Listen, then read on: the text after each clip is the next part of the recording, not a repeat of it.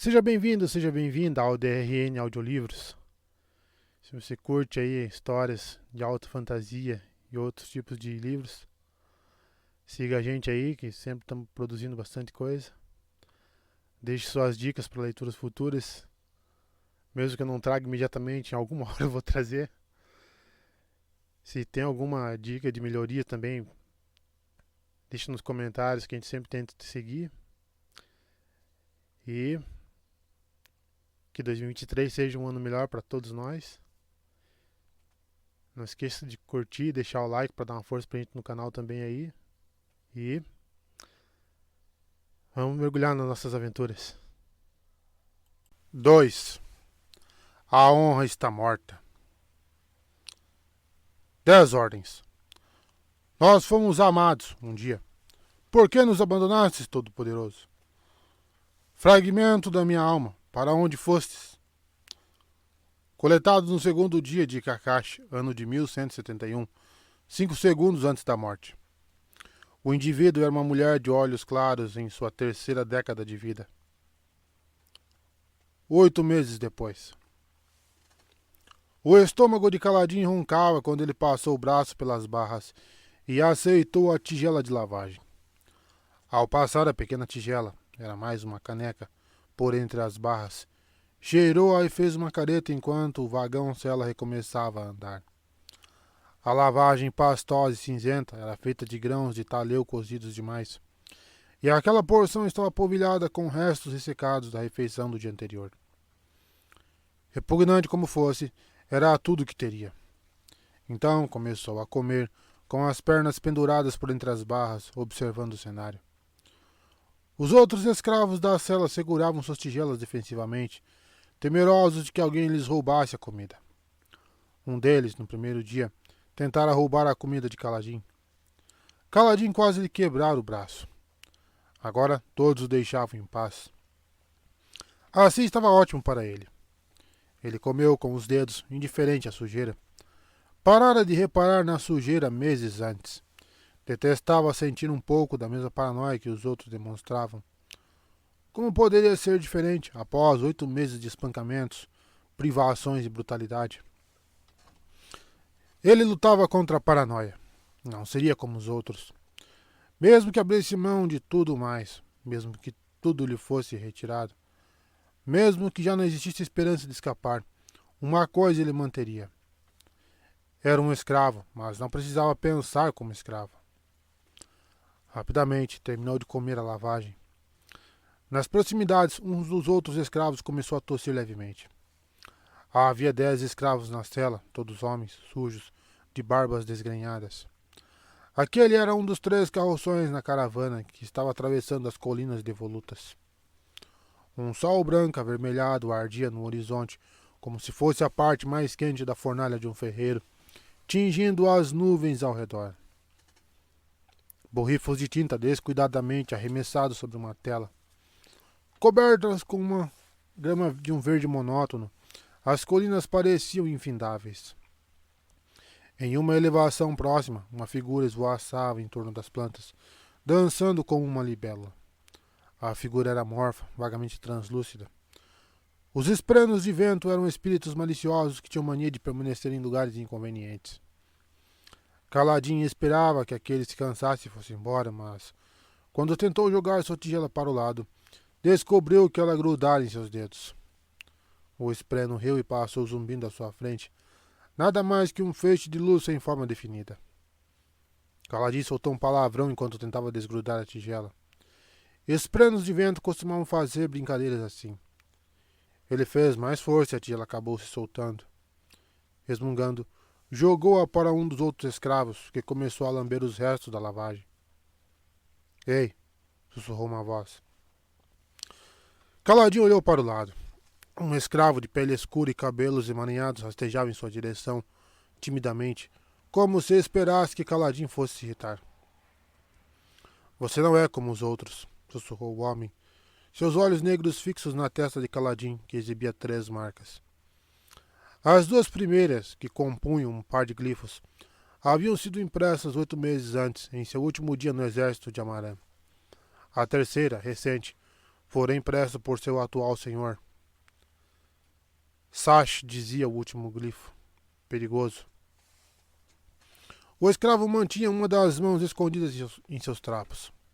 Uma faca? Não, isso era ridículo. Nenhum daqueles escravos conseguiria esconder uma arma. As folhas ocultas no cinto de Kaladin eram o máximo que alguém podia conseguir. Mas os velhos instintos que não desaparecem facilmente. Ah, sim, Kaladin vigiou aquela mão. Eu ouvi os guardas conversando, prosseguiu o escravo, acercando-se um pouco mais. Tinha um caçoete que o fazia piscar frequentemente. Você já tentou fugir, eles disseram. Você já fugiu. Kaladin não respondeu. Olha, disse o escravo, tirando a mão de dentro dos andrajos e apresentando sua tigela de lavagem. Estava cheia pela metade. Me leve com você na próxima vez. Eu lhe dou isso. Metade da minha comida, desde agora até nós escaparmos. Por favor. Enquanto falava, ele atraiu alguns espelhos de fome que adejaram ao redor de sua cabeça. Lembravam moscas marrons, quase pequenas demais para se ver. Kaladin se virou e olhou para as colinas intermináveis, com a grama balançando. Encostou um braço na grade e apoiou a cabeça nele, mantendo as pernas penduradas no lado de fora. E aí? Perguntou o escravo. Você é um idiota. Se me desse metade da sua comida, ficaria fraco demais para fugir. Isso se eu fosse fugir, o que não vou fazer. Mas... 10 vezes, sussurrou Kaladin. 10 tentativas de fuga em 8 meses, com 5 seres diferentes. Quanto delas funcionaram? Bem, quer dizer... Você ainda está aqui? 8 meses. 8 meses como escravo. 8 meses comendo lavagem e sendo espancado. Quase uma eternidade. Ele já mal se lembrava do exército. Você não consegue se esconder sendo um escravo, disse Kaladin. Não com essa marca na testa. Ah, eu escapei algumas vezes. Mas eles sempre me encontraram. E lá ia eu de volta. Antes, os homens o chamavam de sortudo, filho da tempestade. Era mentira. Kaladin era má sorte. Soldados eram supersticiosos e, embora no início ele tivesse resistido a pensamentos do tipo, foi ficando cada vez mais difícil. Todas as pessoas que haviam tentado proteger acabaram mortas. Repetidas vezes. E agora ali estava ele, em uma situação ainda pior que no início. Melhor era não resistir. Aquela era sua sina, e ele se resignara a ela. Havia certo poder nisso, certa liberdade. A liberdade de não ter que se preocupar. O escravo finalmente percebeu que Kaladin não diria mais nada e se afastou, comendo sua lavagem. Os carroções continuaram a viagem. Embora campos verdejantes se estendessem em todas as direções, a área adjacente aos matraqueantes veículos era descampada. Quando avançavam, a relva desaparecia, cada haste se recolhendo para o interior de um minúsculo buraco na pedra. Após a passagem dos carroções, a relva despontava timidamente e por fim estendia suas folhas. Assim sendo, os vagões-cela se deslocavam ao longo do que parecia ser uma estrada de pedra, capinada especialmente para a passagem deles. Naquele ponto longínquo das colinas devolutas, onde as grandes tormentas eram incrivelmente poderosas, as plantas haviam aprendido a sobreviver. Era necessário aprender a sobreviver, estar preparado e aguentar as tempestades. Kaladin captou o odor de outro corpo sujo e suado e ouviu um arrastar de pés. Olhou então para o lado, receoso, esperando ver o mesmo escravo de volta. Mas daquela vez era um homem diferente. Tinha uma longa barba negra, emporcalhada de sujeira e restos de comida. Kaladin mantinha a própria barba curta, permitindo que os mercenários de Tzlakave a parassem periodicamente. Assim como Kaladin, o escravo usava trapos de estopa marrom atados com um farrapo. E era olhos escuros, obviamente, talvez com olhos verdes bem escuros, embora fosse difícil distinguir. Todos pareciam castanhos ou pretos, a menos que estivessem sob luz adequada. O recém-chegado se encolheu e levantou as mãos. Tinha uma erupção cutânea em uma delas, onde a pele se desbotara levemente. Provavelmente se aproximara porque vira Caladinho responder ao outro homem. Os escravos o temiam desde o primeiro dia, mas também estavam curiosos a seu respeito. Caladinho suspirou e se virou para o outro lado. Hesitantemente, o escravo se sentou. Você se importa se eu perguntar como você se tornou escravo, amigo? Não consigo deixar de pensar nisso. Todos nós estamos querendo saber. A julgar pelo sotaque e pelos cabelos pretos, o homem era litiano, como Caladinho. A maioria dos escravos era. Caladinho não respondeu à pergunta. Eu roubei um rebanho de chules, disse o homem. Tinha a voz áspera, como folhas de papel sendo friccionadas.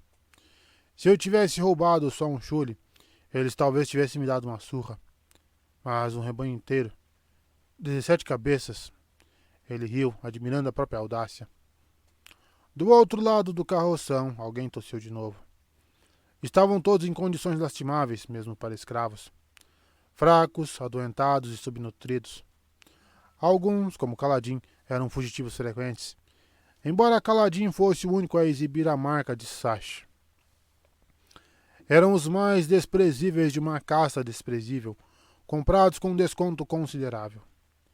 Sem dúvida, estavam sendo levados para revenda em algum lugar remoto, desesperadamente necessitado de mão de obra. Havia muitas cidadezinhas independentes ao longo da costa das colinas devolutas, lugares onde as regras volim sobre a utilização de escravos eram apenas um rumor distante. Percorrer aquele caminho era perigoso. Aquelas terras não eram governadas por ninguém e, cruzando terras devolutas e permanecendo ao largo das rotas estabelecidas, Tivlak podia facilmente se deparar com mercenários desempregados, homens que não tinham honra e não teriam nenhum escrúpulo em massacrar um proprietário de escravos e seus escravos para roubar alguns chules e carroções. Homens sem honra. Haveria homens com honra? Não, pensou Caladinho. A honra morreu 8 meses atrás. E então? Perguntou o homem de barba desgrenhada. O que você fez para acabar como escravo? Caladinho encostou o braço nas barras novamente. Como você foi capturado? Uma história estranha, disse o homem. Caladinho não respondeu a pergunta, mas dera alguma resposta. Parecia suficiente. Foi uma mulher, claro. Eu devia ter percebido que ela ia me entregar. Você não devia ter roubado chules, muito lentos. Se tivesse roubado cavalos, teria sido melhor. O homem deu uma gargalhada. Cavalos? O que você acha que eu sou, um louco? Se eu tivesse sido pego roubando cavalos, teria sido enforcado. Com os chules. Pelo menos eu só recebi a marca de escravo. Caladinho olhou para o lado. A marca na testa do homem era mais antiga que a sua. A pele ao redor da cicatriz estava esbranquiçada. O que significava aquele par de glifos? Sasmoron, disse Caladinho. Era o nome do distrito onde o homem fora marcado. O homem levantou os olhos, espantado. Ei, você sabe ler glifos? Muitos dos escravos ao redor se agitaram ao ouvirem algo tão improvável. Você deve ter uma história ainda melhor do que eu pensei, amigo. Caladinho contemplou a grama que ondulava sob a brisa suave. Sempre que o vento ficava mais forte, as hastes mais sensíveis se encolhiam em suas tocas, deixando a paisagem irregular como a pelagem de um cavalo doente. O espreno de vento ainda estava por ali, movendo-se em meio a tufos de relva. Há quanto tempo eu estaria seguindo? Pelo menos uns 2 meses, o que era certamente estranho. Talvez não fosse o mesmo. Era impossível distinguir um do outro. Bem, insistiu o homem, por que você está aqui? Há muitas razões para eu estar aqui, disse Caladinho. Fracassos, crimes, traições, provavelmente as mesmas coisas que todo mundo. Ao redor, diversos homens grunhiram em concordância. Um dos grunhidos degenerou para um acesso de tosse. Tosse persistente, pensou uma parte da mente de Caladinho, acompanhada de catarro em excesso e murmúrios febris à noite. Parece atriturante. Bem, disse o homem tagarela. Talvez eu deva perguntar de outro modo. Seja mais específico, dizia minha mãe. Diga o que pretende e peça o que quiser. Como foi que você recebeu essa primeira marca? Caladinho permaneceu em silêncio, sentindo o chacoalhar da carroça. Eu matei um Olhos Claros. Seu companheiro desconhecido assoviou com admiração. Não sei como deixaram você vivo. Matar o Olhos Claros não foi o motivo de me terem escravizado, disse Caladinho. O que eu não matei é que foi o problema. Como assim? Caladinho balançou a cabeça e parou de responder às perguntas do tagarela. Por fim, o homem se dirigiu para a frente do carroção, onde sentou-se, contemplando os pés descalços. Horas depois, Caladinho ainda estava sentado em seu lugar, tateando distraidamente os glifos na testa. Aquela era a sua vida, dia após dia. Viajar naqueles malditos carroções. Suas primeiras marcas tinham sarado havia muito tempo, mas a pele em torno da marca de Sasha estava vermelha, irritada e coberta de crostas.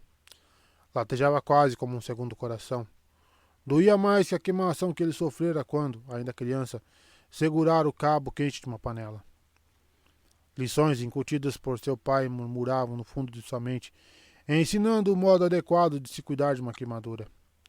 Aplicar unguento para prevenir uma infecção, lavar uma vez por dia. Não eram lembranças reconfortantes, era um aborrecimento. Ele não tinha seiva de tretafólio nem óleo de listre, não tinha nem água para se lavar. As partes feridas cobertas com cascas repuxavam sua pele, provocando uma sensação incômoda. Ele mal conseguia passar alguns minutos sem franzir a testa e irritar a ferida. Acabara se acostumando a limpar os filetes de sangue que escorriam das rachaduras. Seu braço direito estava manchado. Se tivesse um espelho, provavelmente poderia ver pequenos esprenos de putrefação aglomerados ao redor da ferida. O sol se pôs a oeste, mas os carroções continuaram avançando. Salas, a lua violeta despontou no horizonte a leste, parecendo hesitante a princípio, como se assegurasse que o sol desaparecera. Era uma noite clara, com estrelas tremeluzindo no céu. A cicatriz de Tawny, uma faixa de estrelas carmesins que se destacavam vivamente das brancas, estava alta naquela estação. O escravo que tossira antes estava tossindo de novo. Uma tosse úmida e áspera. Em outros tempos, Caladinho teria socorrido de imediato, mas algo nele mudara. Muitas pessoas que tentaram ajudar estavam mortas. Agora, irracionalmente, ele achava que o homem ficaria melhor sem sua interferência. Depois de fracassar com Tien, com Dalit e seu pelotão, e com 10 sucessivos grupos de escravos, era difícil encontrar determinação para tentar outra vez. 2 horas após a primeira lua, Tvlakv enfim ordenou a uma parada. Seus 2 abrutalhados mercenários desceram dos respectivos postos no alto de seus carroções e começaram a preparar uma pequena fogueira. O jovem criado Lank Taran foi cuidar dos chules. Os grandes crustáceos, quase do tamanho dos carroções, recolheram-se às suas carapaças para passar a noite, entretidos com punhados de cereais. Em pouco tempo não seriam mais que 3 elevações no escuro, não muito diferentes de rochedos.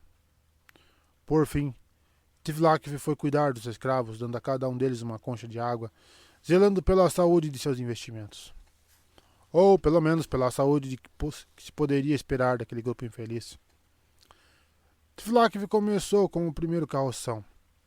Caladinho, ainda sentado, enfiou os dedos em seu cinto improvisado, verificando as folhas que escondera ali. Elas estalaram de modo satisfatório, secas, rijas e ásperas contra sua pele. Ainda não sabia bem o que faria com elas. Colherá as folhas em um impulso durante um dos períodos em que era permitido sair da cela para alongar as pernas. Duvidava que alguém mais na caravana pudesse reconhecer a aleta negra de folhas estreitas e ponta trifoliada. Portanto, não foi uma decisão muito perigosa. Distraidamente, pegou as folhas e as esfregou na palma da mão com o dedo indicador. Tinham que secar para que atingisse sua potência. Por que as guardava? Pretendia administrá-las a Tvlakv para se vingar? Ou será que eram para o caso de uma situação se tornar insuportável? Com certeza não estou tão no fundo do poço, pensou ele. Provavelmente fora seu instinto de se apoderar de uma arma ao ver uma, por mais incomum que fosse. A paisagem estava escura. Salas era a menor e menos brilhante das luas, e embora sua cor violeta tivesse inspirado um sem número de poetas, não era de grande valia quando se tratava de ver a própria mão diante do rosto. Ah, disse uma voz feminina. O que é isso? Uma figura translúcida, com apenas um palmo de altura, surgiu no chão à frente de Caladinho e subiu até a cela, como se estivesse escalando um alto penhasco. O espreno de vento tomara a forma de uma jovem. Os esprenos maiores podiam mudar de forma e tamanho, com rosto angular e longos cabelos flutuantes que se desvaneciam em névoa. Ela, Caladinho não conseguia deixar de pensar no espreno como mulher, era composta por tons de azul claro e branco. Usava um simples vestido branco de corte juvenil que lhe chegava às canelas, onde também se fundia com a névoa. Seus pés, mãos e rostos eram nitidamente definidos e tinha quadris e busto de uma mulher esbelta. Caladinho franziu a testa. Os esprenos estavam por todo lugar. Eram ignorados a maior parte do tempo. Mas aquele era uma raridade. A esprena se elevou como se estivesse subindo uma escada invisível. Ao chegar a uma altura em que se podia ver as mãos de Caladinho, ele fechou os dedos em torno das folhas pretas. Ela andou em círculo ao redor de seu punho. Embora luzisse como uma imagem remanescente depois que se olha para o sol, seu vulto não oferecia nenhuma iluminação. Inclinando-se, ela observou a mão dele por diferentes ângulos, como uma criança esperando encontrar um doce escondido. O que é isso? A voz dela era como um sussurro. Pode me mostrar. Não conta a ninguém. É um tesouro? Você cortou um pedaço da capa da noite e escondeu? Seria o coração de um escaravelho, minúsculo, mas poderoso?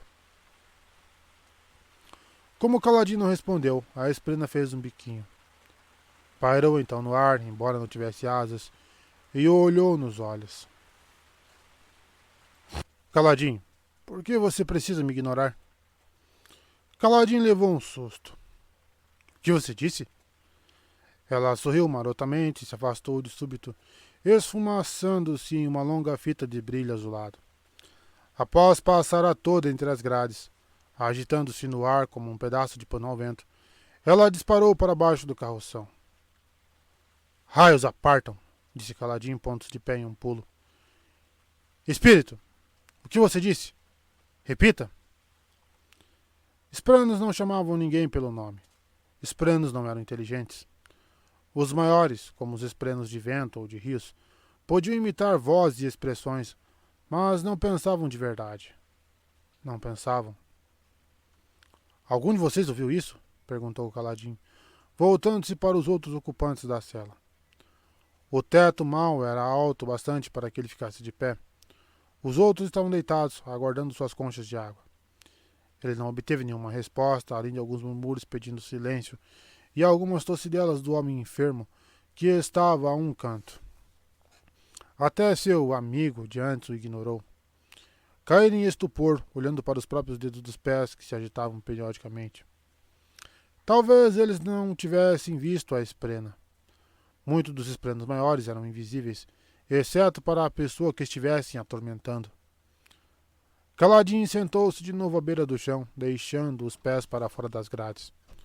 A esprena de vento dissera seu nome, mas sem dúvida apenas repetira algo que ouvira. Porém, nenhum dos homens na cela sabia o nome dele.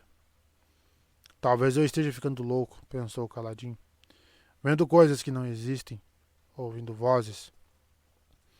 Ele respirou fundo e abriu a mão. Seu aperto amassar e quebrar as folhas. Era melhor guardá-las de novo para prevenir maiores... Essas folhas parecem interessantes, disse a mesma voz feminina. Você gosta muito delas, não? Kaladin deu um pulo e se virou para o lado. A esplêndida pairava no ar bem ao lado de sua cabeça, com o vestido tremulando com um vento que Kaladin não sentia. Como você sabe meu nome? Perguntou ele. A esplêndida de vento não respondeu. Caminhou pelo ar até as grades e espreitou ao lado de fora, onde Tivlakv, o traficante de escravos, distribuía água aos últimos escravos do primeiro vagão. Depois se virou para Kaladin. Por que você não luta? Você lutava antes. Agora você parou. O que lhe importa, espírito? Ela inclinou a cabeça para o lado. Não sei, disse como que surpresa consigo mesma. Mas me importa. Não é estranho? Era mais do que estranho. O que pensar de uma esplêndida que, além de saber seu nome, parecia se lembrar de coisas que ele fizera semanas antes? Você sabe que as pessoas não comem folhas, Kaladin, disse ela, cruzando os braços translúcidos. Então inclinou a cabeça de novo. Ou não sabe? Não lembro. Vocês são muito estranhos. Enfiam coisas na boca e botam outras para fora quando acham que ninguém está olhando. Como você sabe meu nome? Murmurou ele. Como você sabe? Sei por quê. Porque é meu. Meus pais me deram esse nome. Não sei. Bem, eu não sei também, disse ela, meneando a cabeça como se tivesse acabado de ganhar uma grande discussão. Ótimo, disse ele. Mas por que você está usando meu nome? Porque é educado. E você é mal educado. Esperantos não sabe o que isso significa. Está vendo? Disse ela, apontando para ele. Mal educado. Kaladin ficou atônito. Bem, ele estava longe de onde havia crescido. Estava em solo estrangeiro e comendo comida estrangeira. Talvez os esplanos dali fossem diferentes dos esplanos de sua terra. Então, por que você não luta? Perguntou ela, pousando sobre uma das pernas dele e o olhando. Ela parecia não pesar nada. Não consigo lutar, disse ele baixo. Você lutava antes. Ele fechou os olhos e pousou a cabeça nas barras. Estou muito cansado. Ele não estava se referindo à fadiga física, embora 8 meses comendo restos lhe tivessem roubado muito da força que possuía quando guerreava. Ele se sentia cansado, mesmo quando dormia bastante, mesmo naqueles raros dias em que não estava com fome, frio ou cheio de dores devido a algum espancamento. Muito cansado. Você já esteve cansado. Eu fracassei, espírito, replicou ele, cerrando os olhos com força. Você precisa ficar me atormentando? Estavam todos mortos. Sem e Dalê. E antes disso, Tuque e os captores. Antes disso, Tien. Antes disso, sangue em suas mãos e o corpo de uma jovem pálida. Alguns dos escravos próximos começaram a murmurar, provavelmente pensando que ele estava louco. Alguém podia até atrair um espreno, mas todo mundo aprendia desde cedo que era inútil falar com eles. Ele estava louco? Talvez fosse uma coisa desejável. A loucura seria uma fuga da dor, mas a ideia o deixava horrorizado. Kaladin abriu os olhos. Tivlak finalmente se aproximava de seu carroção segurando um balde de água. Era um homem corpulento, de olhos castanhos e coxava levemente, talvez como resultado de uma perna quebrada. Ele era um taileno e todos os tailenos tinham barbas e sobrancelhas bem brancas, fosse qual fosse a idade ou a cor dos cabelos da cabeça. As sobrancelhas eram bem longas e os tailenos as usavam repuxadas por cima das orelhas, o que dava a impressão de que tinham 2 mechas brancas em seus cabelos pretos. As roupas de Tivlakv, calça listrada de preto e vermelho, com um suéter azul escuro que combinava com seu gorro de tricô, haviam sido elegantes em outros tempos, mas estavam esfarrapadas. Teria ele sido outra coisa além de traficante de escravos? Aquela vida, a despreocupada compra e venda de seres humanos, parecia afetar os homens. Esgotava a alma, ainda que enchesse os bolsos. Mantendo a distância de Kaladin, Tivlakv foi com sua lamparina examinar o escravo que tossia na frente da cela. Depois chamou seus mercenários. Blut, Kaladin não sabia por que se dava ao trabalho de aprender seus nomes, se aproximou. Tivlak falou com ele em voz baixa, apontando para o escravo. Blut assentiu, seu rosto pétreo sob a luz da lamparina, e pegou o porrete que levava no cinto. A esprena de vento assumiu a forma de uma fita branca e a deixou em direção ao enfermo. Após girar e dar cambalhotas algumas vezes, aterrissou no chão onde reassumiu sua forma de garota. Examinou então o homem como uma criança curiosa. Kaladin virou o rosto e fechou os olhos, mas continuou a ouvir a tosse. Em sua mente a voz do pai ecoava. Para curar a tosse triturante, disse ele em sua entonação, atenciosa e precisa. Administre 2 punhados de era de sangue em pó todos os dias. Se não tiver a era, dê muitos líquidos ao paciente, de preferência com açúcar. Um paciente hidratado tem mais chance de sobreviver.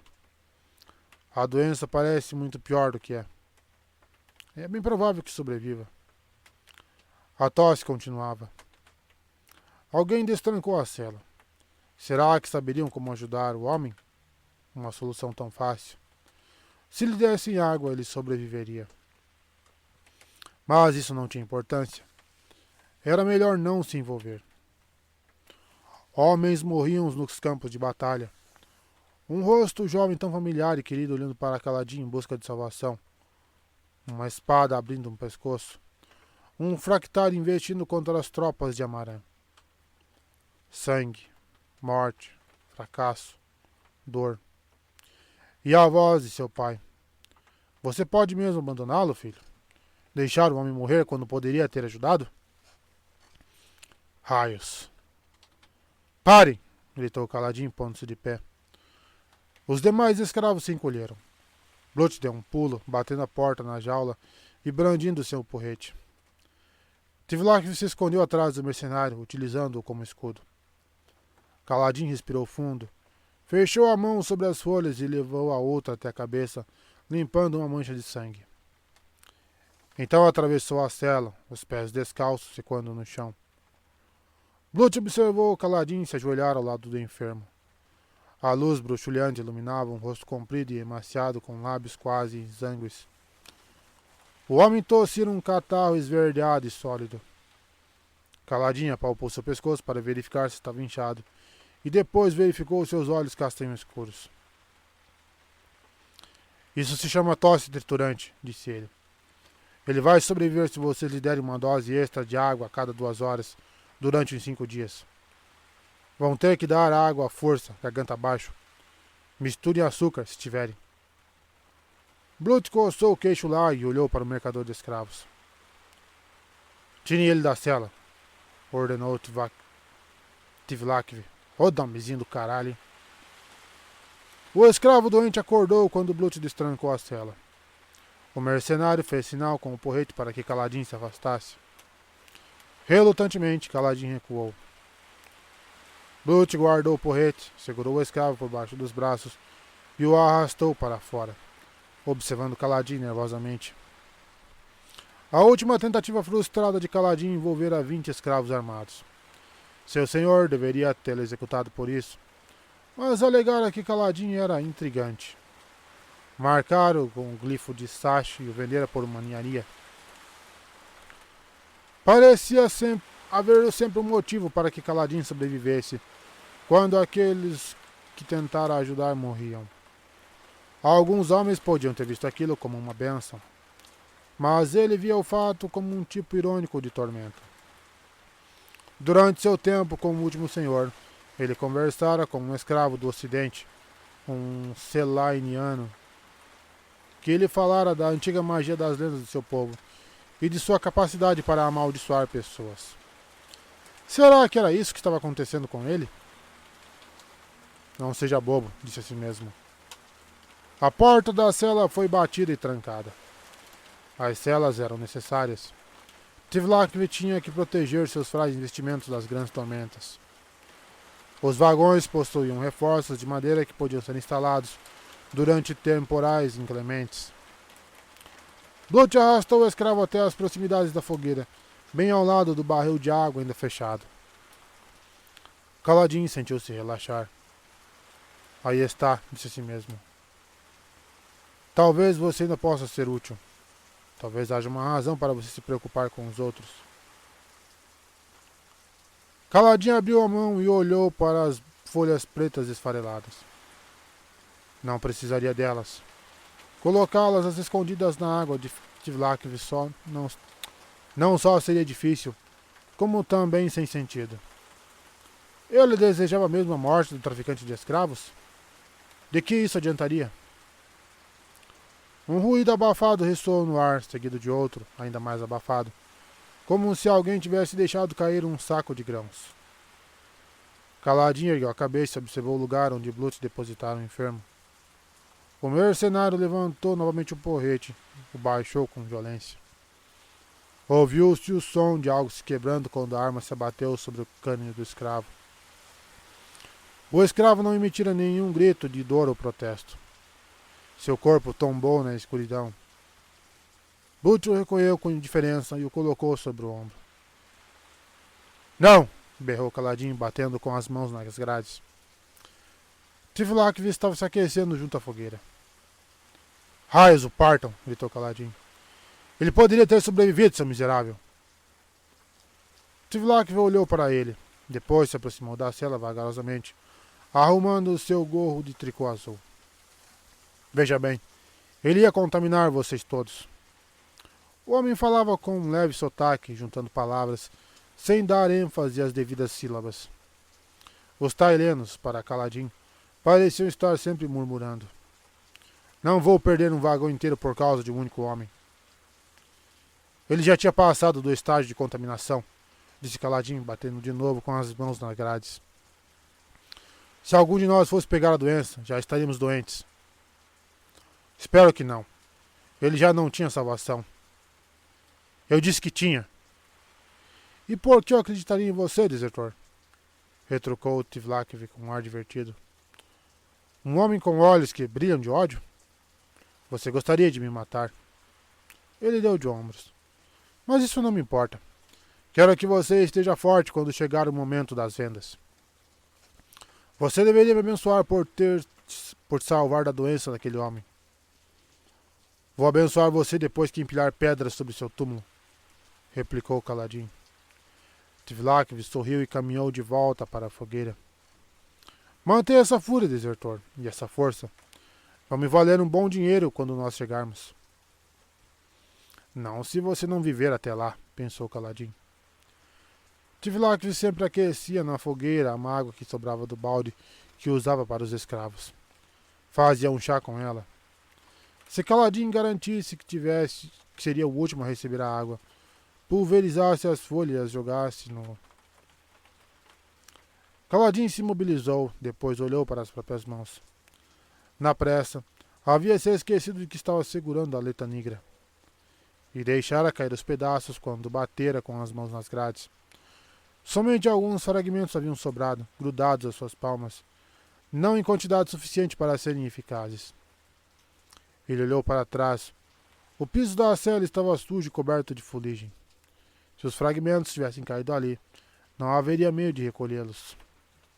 De repente, um vento se levantou, soprando poeira, farelo e sujeira que estavam no carroção pela noite adentro. Até nisso Caladinho fracassara.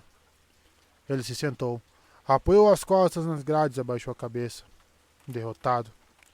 E aquela maldita esprina de vento continuava a esvoaçar ao seu redor, parecendo confusa.